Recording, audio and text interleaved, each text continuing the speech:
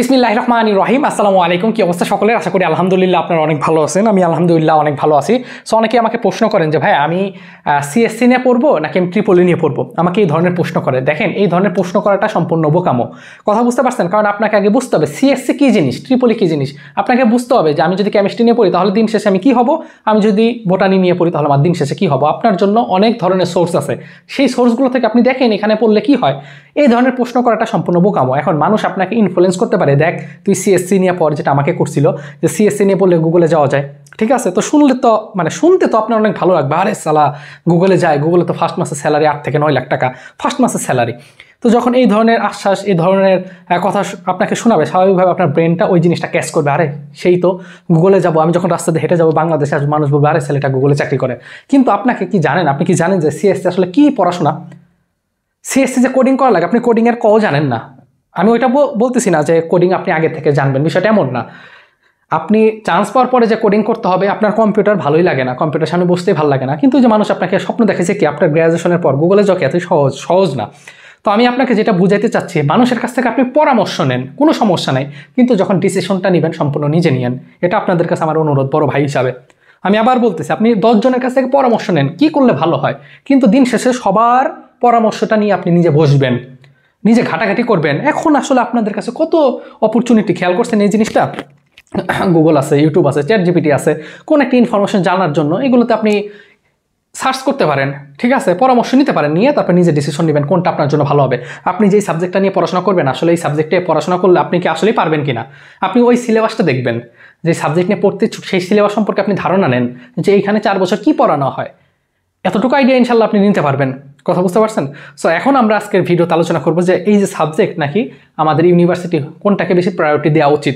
So আপনি যদি আমার চ্যানেলে নতুন হন, অবশ্যই অনুরোধ থাকবে চ্যানেলটা সাবস্ক্রাইব করে রাখা। আমরা অ্যাডমিশন সংক্রান্ত অনেক ভিডিও এই চ্যানেলে আপলোড করে থাকি। ওকে, তো আমরা আগে যে বিষয়টা নিয়ে আলোচনা করবো যে সাবজেক্ট নাকি কলেজ কোনটা আপনার জন্য ভালো। তার আগে আবার বলি, অ্যাডমিশন সংক্রান্ত সকল আপডেট পেতে গেলে আমাদের টেলিগ্রাম আছে, ওইখানে আপনি জয়েন হয়ে থাকতে পারেন, প্রথম কমেন্টে বিস্তারিত আছে। আচ্ছা দেখেন, আরেকটা হচ্ছে দেখেন আমি এখানে কি লিখছি, আরজিসি আর এনডিসি। এখন কথা হলো ভাই আরজিসি জিনিসটা আসলে কি, আমি তো বুঝলাম না। আর এনডিসি জিনিসটা কি, এতটুকু হয়তো বুঝতে পারছেন। এনডিসি মানে হচ্ছে নটর ডেম কলেজের কথা আমরা আলোচনা করতেছি। আমাদের এইটা বুঝার সুবিধার্থে আমরা এই দুইটা এক্সাম্পল দেবো। তাহলে একটা হচ্ছে এনডিসি নটর ডেম কলেজ, আর একটা হচ্ছে আরজিসি যেটা আমি পড়াশোনা করছি, রাজবাড়ী গভর্নমেন্ট কলেজ।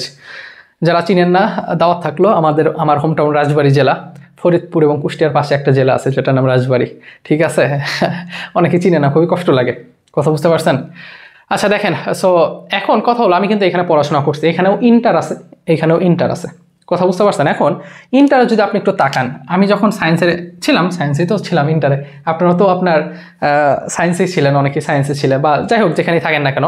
তো আমি যখন এই কলেজে ইন্টার পড়ছি, কথা বুঝতে পারছেন, তখন আমরা বায়োলজির জন্য কিন্তু গাজী আজমল স্যারের বইটা পড়ছি। কথা বুঝতে পারছেন? কার বই পড়ছি? বায়োলজির জন্য, ফর বায়োলজি, গাজী আজমল। আমি যে এনডিসির কথা বলি, এনডিসিতেও পোলাপান গাজী আজমল স্যারের বইটা পড়ে। আমি যদি কেমিস্ট্রির কথা বলি, কেমিস্ট্রি যদি বলি হাজারি স্যারের বই পড়ছি, এনডিসির পোলাপানও হাজারি স্যারের বই পড়ে। কথা বুঝতে পারছেন? আমি যদি বলি ইসাক স্যারের বই ফিজিক্সের জন্য, এনডিসির পোলাপানও ইসাক স্যারের বই পড়ছে। আমি আপনাকে কি বুঝাইতে চাচ্ছি? আমি আপনাকে এটাই বুঝাইতে চাচ্ছি, বাংলাদেশের প্রেক্ষাপটে আপনি Dhaka university BUET, Rajshahi university CUET, Chattogram varsity, এই 5টার কথা বললাম না, এই 5টা ইউনিভার্সিটিতে আপনি একটা এক্সাম্পল দেই, ধরলাম যে 5টা ইউনিভার্সিটিতে কি আছে, ট্রিপলি এই সাবজেক্টটা আছে। হ্যাঁ, ইলেকট্রিক্যাল অ্যান্ড ইলেকট্রনিক ইঞ্জিনিয়ারিং। কথা বুঝবেন, এই 5টা ইউনিভার্সিটিতে একই বই পড়ানো হয়। এই যে রাজবাড়ী গভর্নমেন্ট কলেজও এই বই পড়ানো হয়, এনডিসির পোলাপানও এই বইগুলো পড়ানো হয়, বোঝার চেষ্টা করবেন। তো এই বইগুলো পড়ানো হয়, তার মানে ওইখানেও ইংলিশ ভার্সনে বুয়েট, আপনার ঢাকা ইউনিভার্সিটি, রুয়েট, রাজশাহী ইউনিভার্সিটি, চট্টগ্রাম, যেগুলো বললাম প্রত্যেকটা জায়গায় ইংলিশ ভার্সন, কোনো পার্থক্য নেই। তাহলে ভাই পার্থক্যটা কি? এইবার আসেন আমার কলেজের সাথে এবার নটর ডেমের পার্থক্যটা দেখি। নটর ডেমে যে সকল পোলাপান পড়াশোনা করে তারা 100% স্টুডেন্টই হচ্ছে A+, প্রথম কথা, এবং তাদের মার্কস অবশ্যই অনেক ভালো থাকে। মার্কসের দিক থেকে যারা ভালো থাকে তারা এনডিসিতে পরীক্ষা দেওয়ার জন্য বসতে পারে, আগে ইন্টার ফার্স্ট ইয়ারে যে ভর্তি হবে পরীক্ষা দেওয়ার জন্য বসতে পারে, তারপর এখানে চান্স পেয়ে এনডিসিতে হয়। তার মানে এতটুকু আপনি বুঝতে পারলেন, তুক করে স্টুডেন্ট কি করে নটর ডেমে ভর্তি হয়। রাজবাড়ী গভর্নমেন্ট কলেজে কি হয়, এসএসসির যে মার্কস থাকে, এসএসসির মার্কসের উপর ভিত্তি করে আমাদের এই কলেজে ভর্তি নেয়। তার মানে এখানে কিন্তু কোনো পরীক্ষা দিয়ে ভর্তি হয় না, যেখানে পরীক্ষা নিয়ে পরীক্ষা হয়।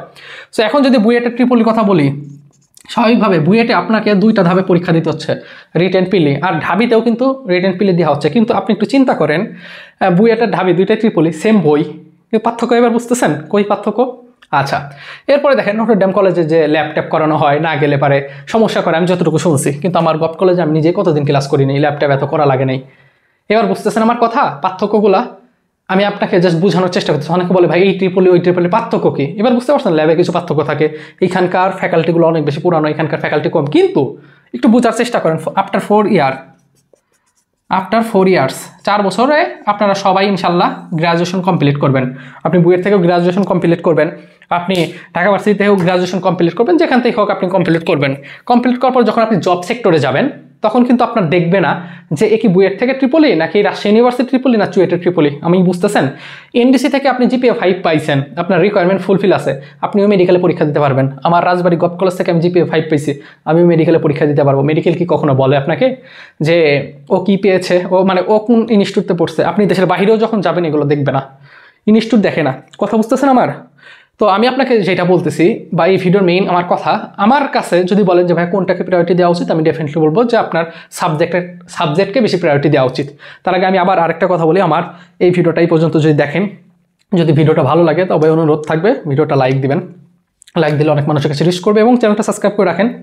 আর দেখেন টাইটেলের ওইখানে গোলাম রাব্বি নামে একটা লেখা আছে 884, এটা আমার নতুন চ্যানেল, ওই চ্যানেলটা ভিজিট করতে পারেন। ওইখানে আমি যাবতীয় বিষয় নিয়ে কথা বলি, আপনার জীবন সংক্রান্ত, কীভাবে টিউশনি পেতে পারেন, ভার্সিটি লাইফে কেমন কি, সব কিছু। সো চ্যানেলটা একটু ভিজিট করে চ্যানেলটা সাবস্ক্রাইব করে রাখতে পারেন ইনশাল্লাহ। সো এইবার আসেন, সো আমার কাছে পার্সোনালি মনে হয় দিন শেষে সাবজেক্টটা অনেক বড় ফ্যাক্টর ফ্রম ইউনিভার্সিটি। কথা বুঝতেছেন? কারণ যখন আপনি চাকরির ক্ষেত্রে যাবেন, তখন কিন্তু যে আপনার ইস্যু দেখবেন না যে চুয়েটের ট্রিপলি না বুয়েটের ট্রিপলি, তখন কিন্তু দিন শেষে সেম বই। তার মানে আপনার পড়াশোনা নিজের মধ্যে। আর এখন তো অনেক সহজ হয়েছে, এখন প্রশ্ন আসতে পারে যে ভাইয়া পড়ার মান, আপনি নিজেই বললেন নটরডেমের যে সকল টিচার পড়ার মানও অন্যরকম। ঠিক আছে, আমাদের রাজবাড়ী গভ কলেজের টিচাররা বিসিএস ক্যাডার, বিষয়টা হয়েছে কি বিসিএস ক্যাডার সরকারি চাকরি করে, এদের আসলে গুরুত্ব কম দেয় স্টুডেন্টের প্রতি, এদের গুরুত্ব স্টুডেন্টের প্রতি অনেক বেশি, এটা হচ্ছে সত্য কথা।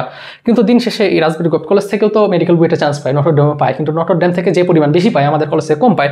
একেবারে বুয়েট থেকে জবের পাওয়ার পসিবিলিটি মানে অনেক বেশি। এবং এটার আরও বড় কারণ, আপনারা যারা ইঞ্জিনিয়ারিং পড়বেন ভবিষ্যতে মনে রাখবেন যে ইঞ্জিনিয়ারিং আপনি যাই পড়েন না কেন, ম্যাক্সিমাম পরীক্ষা বুয়েট নিয়ে থাকে। কথা বুঝতে পারছেন? যত ইঞ্জিনিয়ারিং পরীক্ষা হয় কারা নিয়ে থাকে? বুয়েট এই এক্সামগুলো নিয়ে থাকে। সো বুয়েটের স্টুডেন্টগুলো একটা এক্সট্রা ফ্যাসিলিটিস পায়, কারণ ওই টিচাররা করে থাকে, তারা জানে যে আমরা কোশ্চেনগুলো জবের জন্য কোথা থেকে করে এই জিনিসগুলো পড়ায়, এই জন্য ওরা অনেক আগায় থাকে।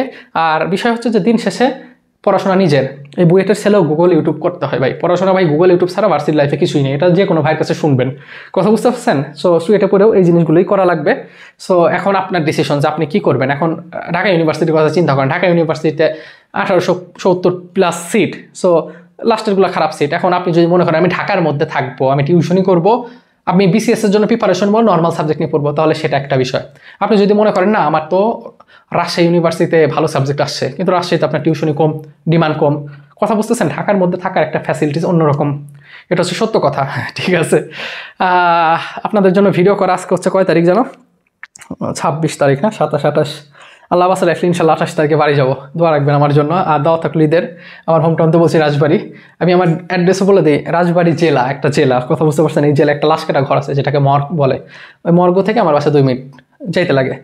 ওইখানে যে আমার নাম বললে আমার বাসা চিনা দেবে, বলে দিলাম। এসেন দাওয়া থাকলো ঈদের। ঠিক আছে, সো এই ছিল কথা। এখন ডিসিশন আপনি নেবেন। ঠিক আছে, মানুষের কাছে পরামর্শ নেবেন যে কি করা যায়, কিন্তু দিন শেষে ডিসিশন আপনি নেবেন। মানুষের কাছে পরামর্শ নেবেন যে কি করলে ভালো হয় না হয়, এবং সাবজেক্ট, কোন সাবজেক্টে পড়াশোনা করবেন, এই সাবজেক্টে পড়াশোনা যে আমি করবো এরপরে আমার কি হবে ফিউচার, দেশে থাকবো না দেশের বাইরে যাব, আমি বাংলাদেশে গভর্নমেন্ট চাকরি করবো না প্রাইভেট চাকরি করব, আমি আসলে আমার যে 4 বছর পড়াশোনা করবো এই সাবজেক্টে, এটার সিলেবাসটা কি, এই সম্পর্কে আইডিয়া নেবেন। তারপরে ইউনিভার্সিটিতেও প্রায়োরিটি দিতে পারেন, সাবজেক্টে প্রায়োরিটি দিতে পারেন, আপনার ইচ্ছা। তো ভালো থাকবেন, নিজের খেয়াল রাখবেন ইনশাআল্লাহ। ভিডিওটা ভালো লাগলে সাবস্ক্রাইব করে রাখিয়েন। আসসালামু আলাইকুম।